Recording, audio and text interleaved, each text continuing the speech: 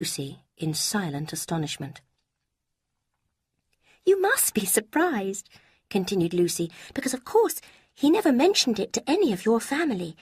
It is a great secret, and none of my relations know of it except Anne. I would never have told you if I had not trusted you completely. And I really thought I ought to explain my behaviour in asking about Mrs. Ferrars. I know Mr. Ferrars will not be displeased when he hears I have told you, because he has the highest opinion in the world of all your family, and looks on you and the other Miss Dashwoods quite as his own sisters." Eleanor forced herself to speak calmly. "May I ask how long you've been engaged?" "We've been engaged for 4 years now." 4 years. Eleanor still felt unable to believe it. "My sister and I often stayed at my uncle's house near Plymouth, here in Devonshire. Edward came to study law there for 4 years, and so we met and became engaged. I was very unwilling to enter into it, as you may imagine, without his mother's approval.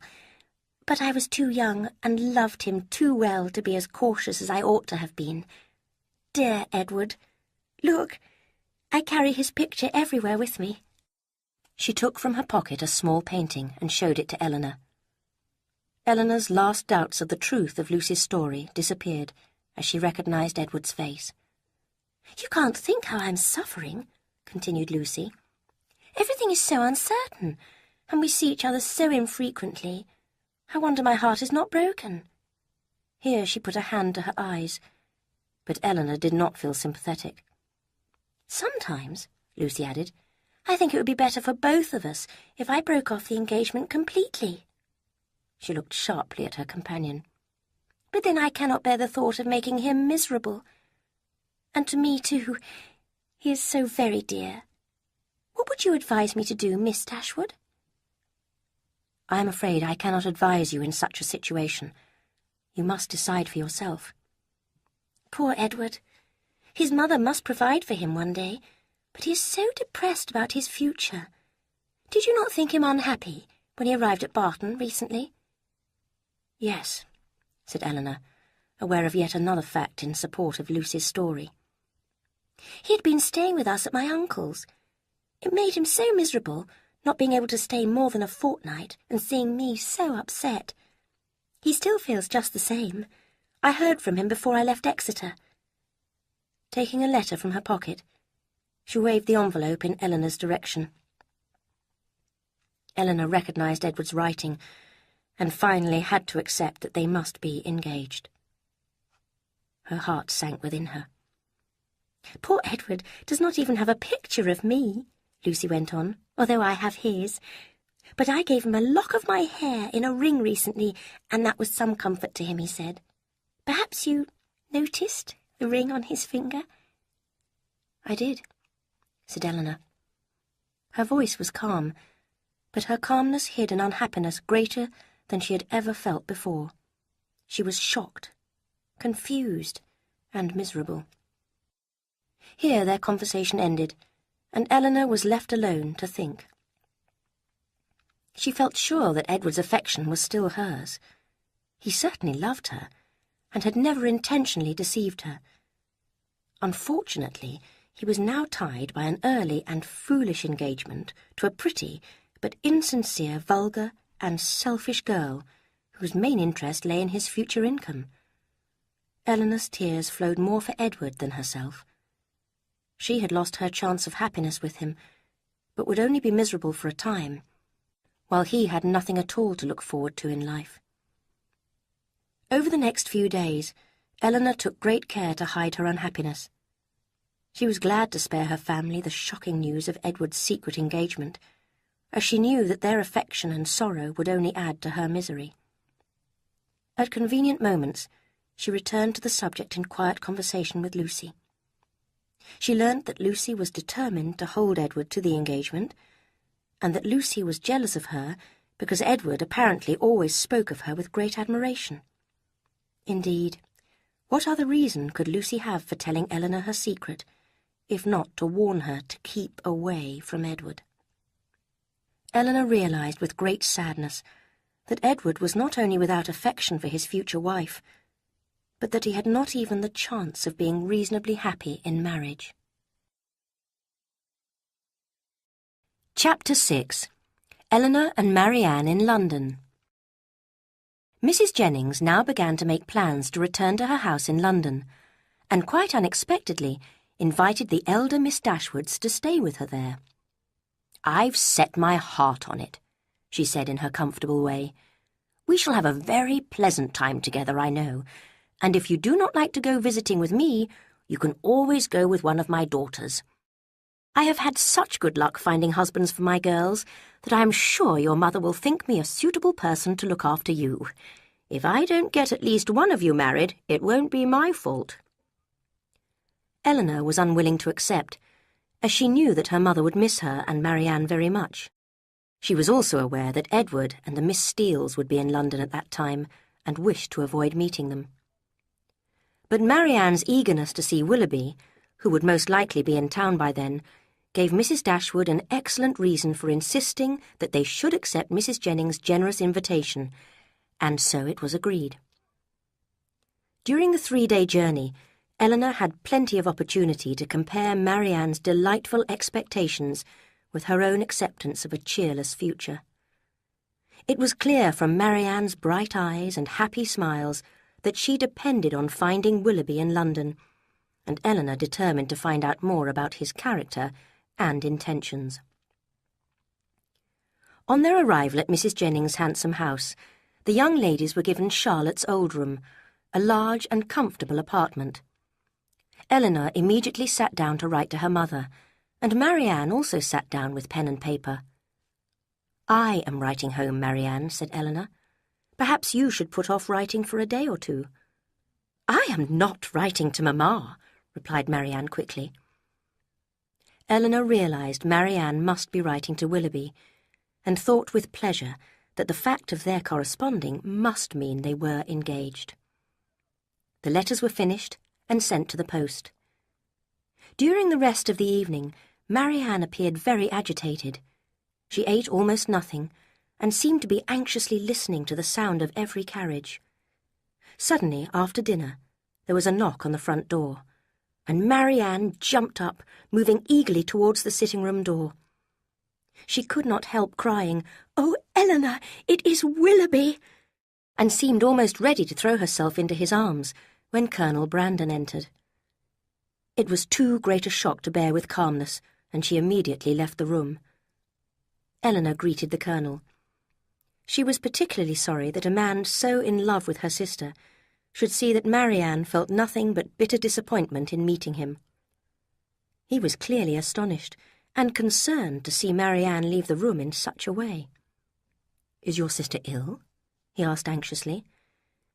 Eleanor answered unwillingly that she was, and talked of headaches and overtiredness and anything that could reasonably explain her sister's behaviour.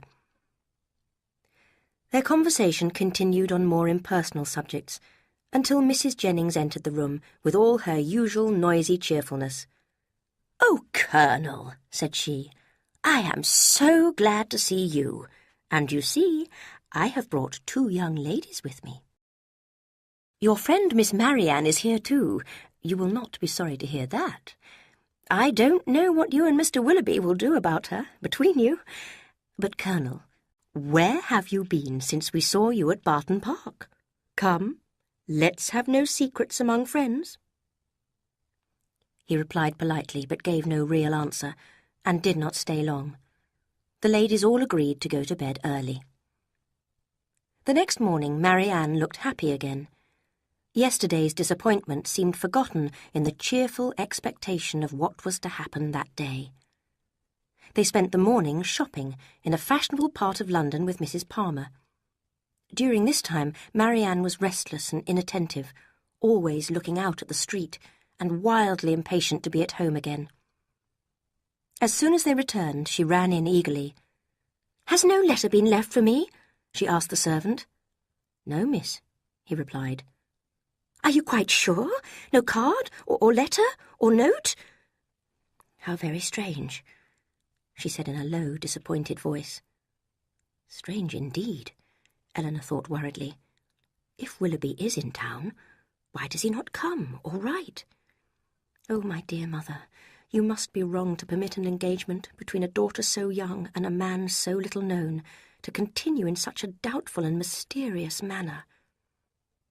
For the rest of the day, Marianne seemed agitated, unable to concentrate on anything. When they met at breakfast the next morning, Mrs. Jennings said, "If this sunny weather goes on much longer, Sir John will not want to leave Barton to come to London. It's a sad thing for a sportsman to lose a day's shooting." "That is true," cried Marianne, suddenly cheerful. "I had not thought of that.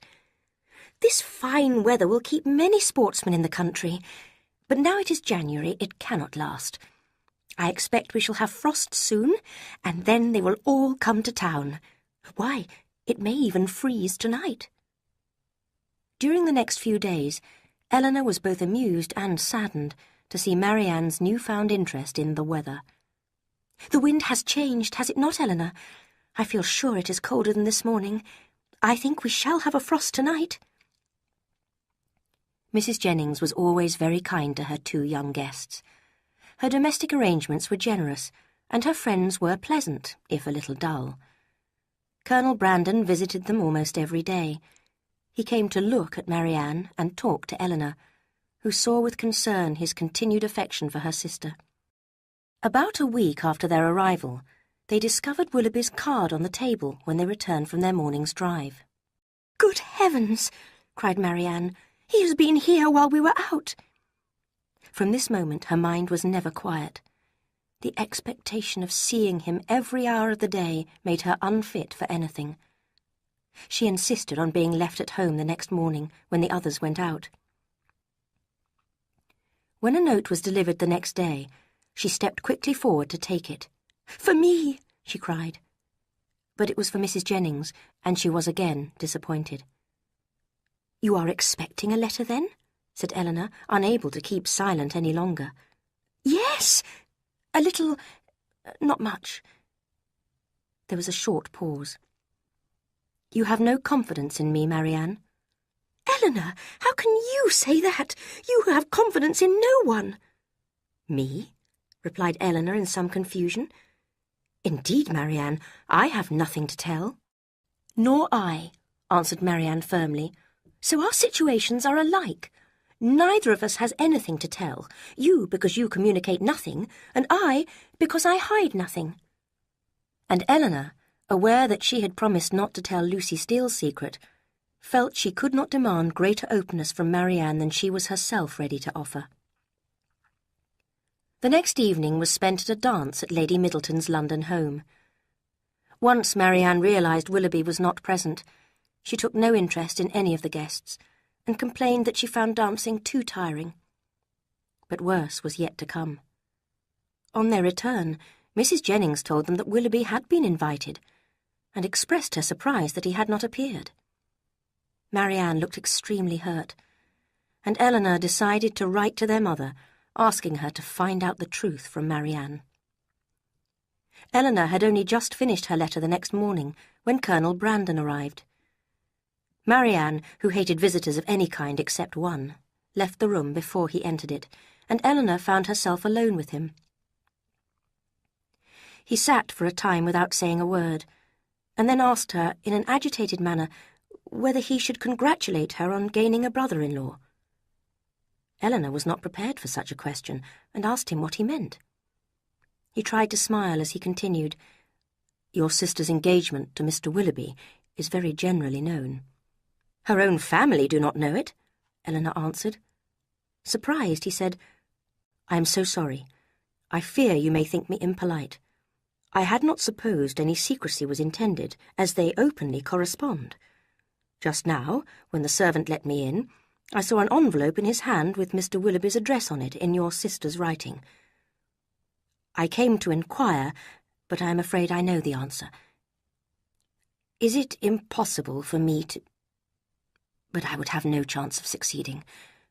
Tell me, I beg you, that it is all arranged. Then I shall have no choice but to hide my feelings." I am not astonished to hear of their correspondence," replied Eleanor, choosing her words carefully. and I am well aware of the affection they have for each other, although they have not yet informed us of the details of their engagement." He listened silently. "I wish your sister all imaginable happiness, and I hope that Willoughby will try to deserve her," he said in a voice full of feeling, and then rose to leave. In the next few days, Willoughby neither came nor wrote. Marianne was losing hope, becoming depressed, and careless of her appearance. She took no pleasure in dressing for a party she and Eleanor were to attend with Lady Middleton. When they arrived in the hot, crowded room, she sank into a chair, not even looking at the other guests. Eleanor, however, saw Willoughby standing nearby, in conversation with a very elegant young lady. She turned to Marianne, who noticed him at that moment. Her whole face shone with sudden delight, and she would have run to him at once if her sister had not caught hold of her. "Good heavens!" Marianne cried. "He is there! Oh, why does he not look at me? Why cannot I speak to him?" "I beg you, be calm," said Eleanor. "Try to hide your feelings." But this was impossible for Marianne. She sat there, her anxiety and impatience written clearly on her face. At last, Willoughby turned round and looked at them both. Marianne jumped up and held out her hand affectionately to him. He came closer and spoke to Eleanor rather than her sister, asking in a hurried manner after Mrs. Dashwood. Marianne blushed deeply and cried, "What is the meaning of this, Willoughby? Will you not shake hands with me?" He could not avoid it then, but he held her hand only for a moment. "I did myself the honour of calling on you last week, when you were unfortunately not at home." "But have you not received my letters?" cried Marianne in the wildest anxiety. "There must be some terrible mistake. Tell me, Willoughby, I beg you, what is the matter?" He looked ashamed, but on catching the eye of the young lady with whom he had been talking, his expression seemed to harden. "Yes," he said, "I had the pleasure of receiving information of your arrival in town, which you were so good as to send me," and turned away to join his friend. Marianne, looking horribly white, was unable to stand, and Eleanor helped her to a chair. Soon Willoughby was seen to leave the party, and as Marianne was clearly unwell, Eleanor asked Lady Middleton to take them home. Nothing was said between the sisters, as Marianne was suffering too much to speak. Eleanor now realised that for Willoughby the attachment was over, and she felt extreme distaste for his manner of ending it. Neither sister slept much that night, and it was still dark when Eleanor was woken by the sound of agitated sobbing. She saw Marianne, only half-dressed, writing as fast as a constant flow of tears would permit her. "Marianne, may I ask—" said Eleanor gently. "No, Eleanor. Ask nothing. You will soon know all." This was said with a sort of desperate calmness, which lasted only as long as she spoke. It seemed probable that she was writing for the last time to Willoughby. The letter was given to a servant, to be delivered by hand, and the sisters went down to breakfast. Soon afterwards a letter arrived from Marianne, who went deathly pale and instantly ran out of the room. Mrs. Jennings laughed comfortably. "Is that a love letter from Willoughby? Well, well, I never saw a young woman so passionately in love in my life. I hope he won't keep her waiting much longer." Eager to know what Willoughby had written, Eleanor hurried to their room. Marianne was lying on her bed, sobbing violently. Eleanor took her sister's hand, kissed her affectionately several times, and burst into tears herself. Marianne, although unable to speak, seemed to feel her sister's loving sympathy, and silently gave her Willoughby's letter to read. "My dear Madam, I have just had the honour of receiving your letter, for which I thank you. I am concerned to find there was anything in my behaviour last night that you did not approve of, and I beg your forgiveness. I shall always remember my former visits to your family with the most grateful pleasure, but I hope I have never given anyone reason to think that I felt more for you than I ever expressed. You will accept that I could never have meant more, when you understand that my affections have long been engaged, and it will not be many weeks before the lady and I are married. I obey your orders to return your letters, and the lock of hair which you so kindly offered me. Your obedient servant, John Willoughby. Eleanor was horrified. She had expected a confession, explanations and reasons, but not expressed in a manner so far from every honourable and gentlemanly feeling. How could Willoughby have written a letter so cruel, so hurtful? It was a relief to her that Marianne had escaped any connection with such a man. She turned to her sister, who now felt able to speak. "Poor Eleanor, how unhappy I make you. I only wish there were anything I could do which might be of comfort to you." "Oh, Eleanor, I am so miserable," said Marianne, before her voice was completely lost in passionate and bitter sobbing. "Calm yourself, dear Marianne. Think of how much more you would have suffered if the discovery of his real character had come at the end of your engagement." "Engagement?" cried Marianne. "There has been no engagement. He has not made or broken any promise to me." "But he told you that he loved you?" "Yes. No, never absolutely. He never said it in so many words, but every day I read it in his eyes. I felt myself as firmly engaged as if lawyers had written the agreement for us." Unfortunately, he did not feel the same. "He did, Eleanor. For weeks and weeks he did. This lock of hair which he says I offered him, he begged and begged me for it on his knees. And now, oh! Eleanor was quite alarmed for her sister's health, as the violence of her sobbing grew, but she managed to persuade her to take some medicine to calm her restless pain of mind and body. Kind Mrs. Jennings showed real concern when she visited the patient. She had heard that Marianne's rival was a Miss Grey, a young woman with £50,000 a year, and that Willoughby had seriously overspent on his carriages and horses and needed money urgently. Mrs. Jennings had no words hard enough to describe his behaviour. She was sincerely sorry she had joked so often about Marianne's attachment, but, with the return of her natural cheerfulness, hoped that it would all be for the best, because now Marianne could marry Colonel Brandon after all. Chapter 7. The Truth About Willoughby. The next day, Marianne felt just as miserable, and could talk about nothing but Willoughby. With affectionate words, Eleanor encouraged her to talk about her feelings. Marianne was determined to avoid Mrs. Jennings' presence, however. "She cannot feel, Eleanor," she cried. "Her kindness is not sympathy. She is only interested in me because she will enjoy telling her friends all the details of my sad situation." It is unfortunate that many people of excellent intelligence and character, like Marianne, are neither reasonable nor fair. Then something happened after breakfast, which sank Mrs. Jennings still lower in Marianne's opinion. The sisters were in their room when Mrs. Jennings hurried in, holding out a letter in her hand and with a cheerful smile on her face. "Now, my dear," she cried, "I bring you something that I am sure will do you good." At once, Marianne imagined a letter from Willoughby, full of affection and believable explanations, instantly followed by Willoughby himself, who would throw himself passionately at her feet.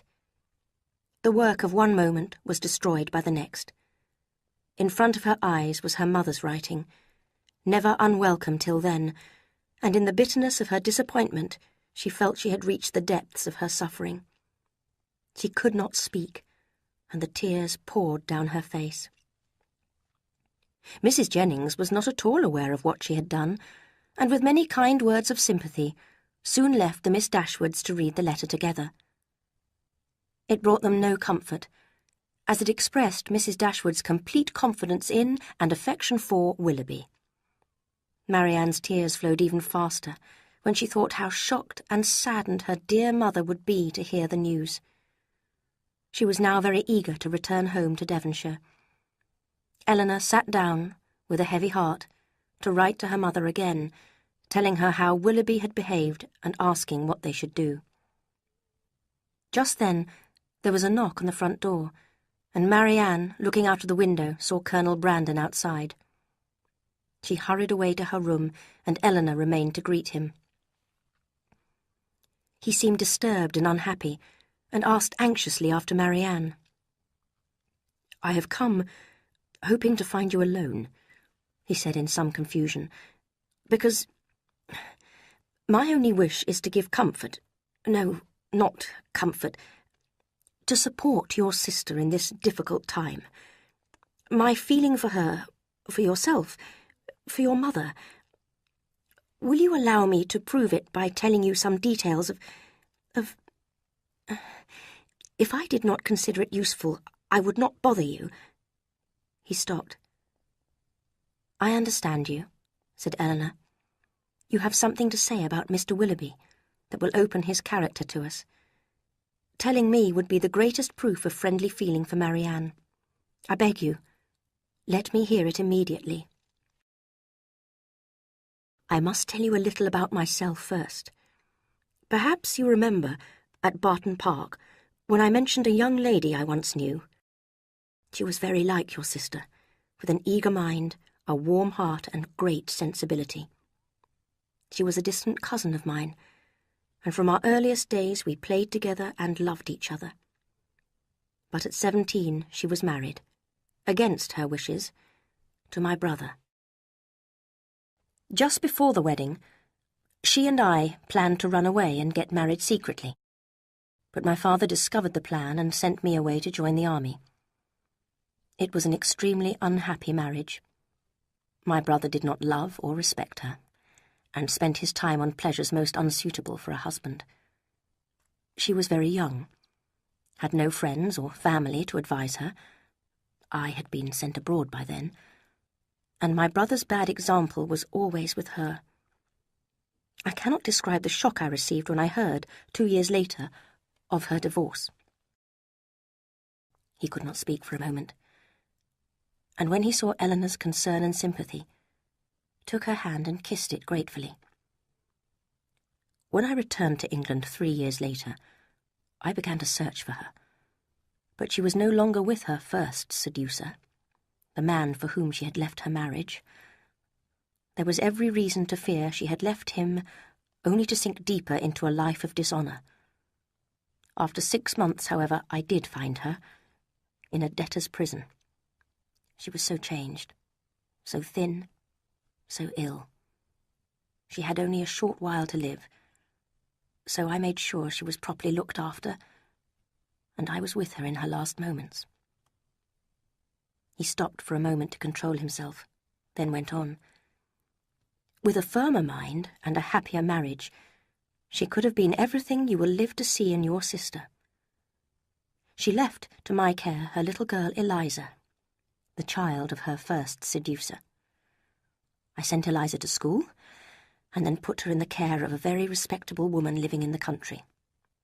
She is now 17. Imagine my horror when she suddenly disappeared a year ago. For 8 long months I searched and found nothing. You can imagine what I thought and feared, and how I suffered. "Good heavens!" cried Eleanor. "Could Willoughby—" The first news of Eliza came in the letter I received at Barton Park, on the morning of our planned excursion to Whitwell. That was why I left so suddenly.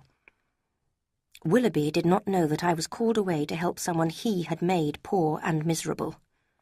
But if he had known, would he have cared? No. He had done what no man of feeling would do. He had left the girl whose innocence he had seduced. Left her with no home, no friends, and no money. "This is beyond everything," cried Eleanor. Now you understand what he is like. Imagine what I have felt all these weeks, knowing his character, and seeing your sister as fond of him as ever. Who can tell what his intentions were towards your sister? One day she will doubtless feel grateful when she compares her situation with that of my poor Eliza. At least there is no dishonour in your sister's suffering, and every friend of hers must feel concern for her unhappiness and respect for her bravery in bearing it. Eleanor thanked the Colonel warmly for his kind words. "Have you," she continued, "seen Willoughby since you left Barton?" "Yes, once," he replied seriously. "As Eliza had confessed to me the name of her seducer, I accused him of dishonourable behaviour and challenged him to a duel. We met by appointment, but both of us returned unwounded. And my poor Eliza has had the child she was expecting, and now remains in the country." After this the Colonel left, and Eleanor very soon passed on the details of the conversation to her sister. The effect was not quite what she had hoped. Marianne listened attentively, and appeared to accept Willoughby's guilt. She no longer avoided the Colonel when he came to the house, and talked to him in a gentle, pitying voice. But she seemed even more depressed, now that Willoughby's good character had been lost, as well as his heart. Mrs. Dashwood's letter of reply arrived next day. Her disappointment was almost more painful than Marianne's, and her anger even greater than Eleanor's. But she advised them not to shorten their stay with Mrs. Jennings, which had been expected to last 5 or 6 weeks, as a speedy return to Barton would only remind Marianne of former happy times with Willoughby. She also hoped that Eleanor would see more of the Ferrars family, who would soon be arriving in London. Sir John, Mrs. Jennings, and Mrs. Palmer all spoke forcefully about Willoughby, and determined to have nothing to do with him ever again. They talked so much about him, however, that it was a happy relief to Eleanor when Lady Middleton showed only calm and polite unconcern. Whenever the subject was discussed, she would say gently, "It is very shocking indeed." But privately she was already planning to visit Mrs. Willoughby, who would be a woman of elegance and fortune. Mrs. Jennings was disappointed to see that the Colonel did not look more cheerful now that he no longer had a rival for Marianne. There seemed to be a better understanding between the elder Miss Dashwood and the Colonel, and Mrs. Jennings, who had quite forgotten Edward Ferrars, began to think that Eleanor would become Mrs. Brandon. A fortnight after Willoughby's letter had arrived, Eleanor had the painful duty of informing Marianne that he was married. Marianne received the news bravely at first and said nothing, but the tears came later, as wildly and as passionately as before. About this time, Eleanor was sorry to see the Miss Steeles arrive in London, as their presence always gave her pain. Lucy pretended to feel great delight in finding them in town, and Eleanor had to use all her self-control to answer politely. A pleasanter meeting took place a little later, when their brother, John Dashwood, came to visit them at Mrs. Jennings. He inquired after their health and their mother's, and was introduced to Colonel Brandon, who happened to be there. As it was a fine day, he asked Eleanor to take a short walk with him. As soon as they were out of the house, his questions began. "Who is Colonel Brandon? Is he a man of fortune?" "Yes, he has a large house with some land, and I believe about £2,000 a year." "I think, Eleanor, I will soon be congratulating you on making a very respectable marriage. He seems most gentlemanly, and he likes you, I'm sure of it." "He has not the smallest wish to marry me." "You are wrong, Eleanor. A very little effort on your side will catch him. Some of those little encouragements, which ladies can so easily give, will fix him, in spite of the smallness of your fortune. You should try for him.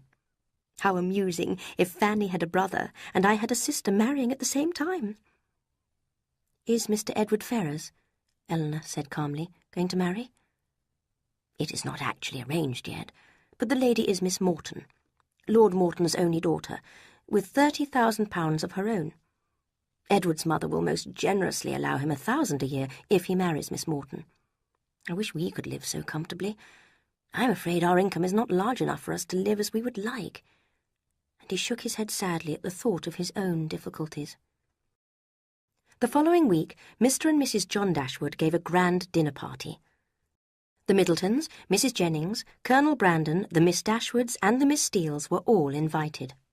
Eleanor and Lucy both knew that Mrs. Ferrars would be present as well. "Pity me, dear Miss Dashwood," whispered Lucy as they walked up the stairs. "In a moment I shall see the person on whom all my happiness depends, my future mother-in-law." Mrs. Ferrars was a little, thin woman with a disagreeable expression. She was not a woman of many words, but she made it very clear that she strongly disliked Eleanor, and as strongly approved of Lucy. If she knew Lucy's secret, thought Eleanor amused, how she would hate her. She felt almost relieved that she could not now hope to become Edward's wife with such a mother-in-law. The next morning, Eleanor received a visit from Lucy, who had been so delighted by Mrs. Ferrars' welcoming behaviour to her that she felt she simply had to tell her dear friend about it. "She was so kind to me. Did you not notice it? And your sister-in-law too. What elegant, delightful women they are." Before Eleanor could bring herself to reply, the door opened and Edward walked in. It was a very difficult moment for the three of them, but Eleanor took control of the situation. Anxious to show that nothing was wrong, she welcomed him in her usual way. Lucy kept silent, watching Eleanor narrowly out of the corner of her eye, while Edward did not know what to say in his confusion and could not keep the conversation going. Soon Eleanor decided bravely to leave the engaged couple alone for a while and went to fetch Marianne. Rushing delightedly into the room, Marianne cried, "Dear Edward, this is a moment of great happiness," and looked lovingly at him and her sister. There was a short silence. "My dear Edward," Marianne continued, "why did you not come last night to your sister's dinner party? We were all there." "I had an appointment somewhere else." "An appointment? But was that so important when such friends wanted to see you?" "Perhaps, Miss Marianne," said Lucy smoothly, "you think young men never keep their appointments or their promises." Eleanor was very angry, but Marianne just answered, "No, I trust Edward. He is the most thoughtful, unselfish person I have ever met. He would never knowingly hurt anyone, I know." This praise was so unacceptable to Edward that he very soon got up to leave, and Eleanor had every reason to expect that this painful meeting would not be repeated. John and Fanny Dashwood continued to see Eleanor and Marianne at London parties and dances, and John began to wonder about inviting his sisters to stay for a few days. Fanny, however, was astonished at this suggestion. "My love, I would ask them with all my heart if it was possible, but I had just decided to ask the Miss Steeles to stay with us. We can ask your sisters some other year, you know." Mr. Dashwood agreed at once, and Fanny, delighting in her escape and proud of her quick thinking, wrote to invite Lucy and her sister. This made Lucy really happy. Such an opportunity of being near Edward and his family was the most useful thing in the world for her. And when the invitation was shown to Eleanor, she began for the first time to share Lucy's expectations and prepared herself to hear officially of the engagement. Chapter 8. Edward's Engagement. Mrs. Jennings was very busy at this time, as her daughter Charlotte had just had a baby and was clearly in need of a fond mother's advice. She visited Charlotte at least twice a day, and it was at the Palmer's house that she heard a most interesting piece of news. She hurried excitedly back to tell Eleanor.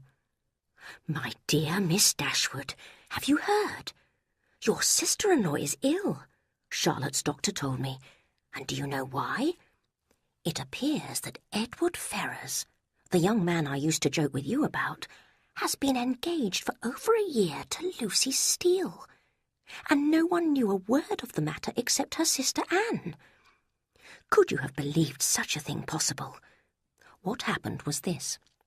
The Miss Steeles are staying with your brother and his wife, as you know. Anne, who is a kind creature but of no great intelligence, thought that there would be no difficulty, as Fanny Dashwood seemed to like Lucy so much, so she told her all about the engagement. Well, your sister-in-law fell onto the floor and started sobbing and screaming so violently that your brother had to send for the doctor. Lucy and Anne were told to pack their bags and leave at once. Of course, the Ferrars family wanted Edward to marry that rich Miss Morton, but I have no pity for them. I cannot bear people who think money or greatness is important. There is no reason why Edward should not marry Lucy.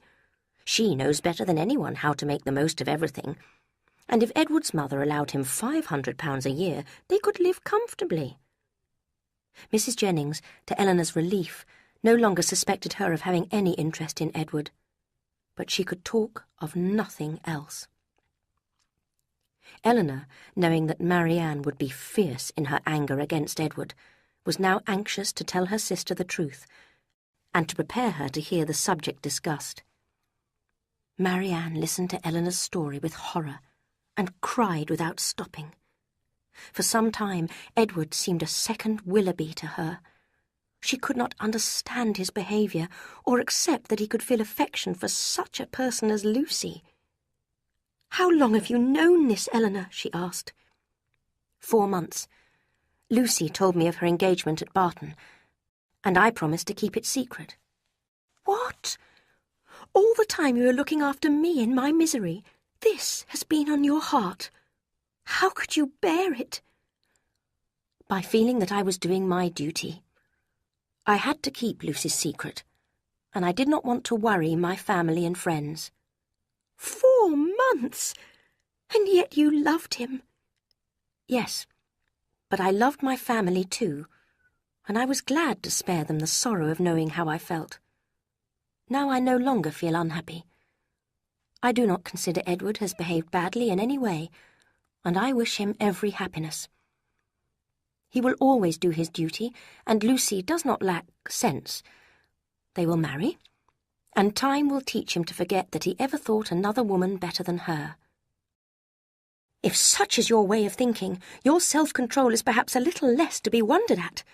I understand it better." "I know you do not suppose I have ever felt much, but Marianne, for 4 months I have had all this on my mind, and been unable to speak of it to a single creature. I was told about it by the person whose early engagement destroyed my hopes of happiness. She saw me as a rival, and was delighted to see me defeated. I have had to listen to her talking about Edward again and again.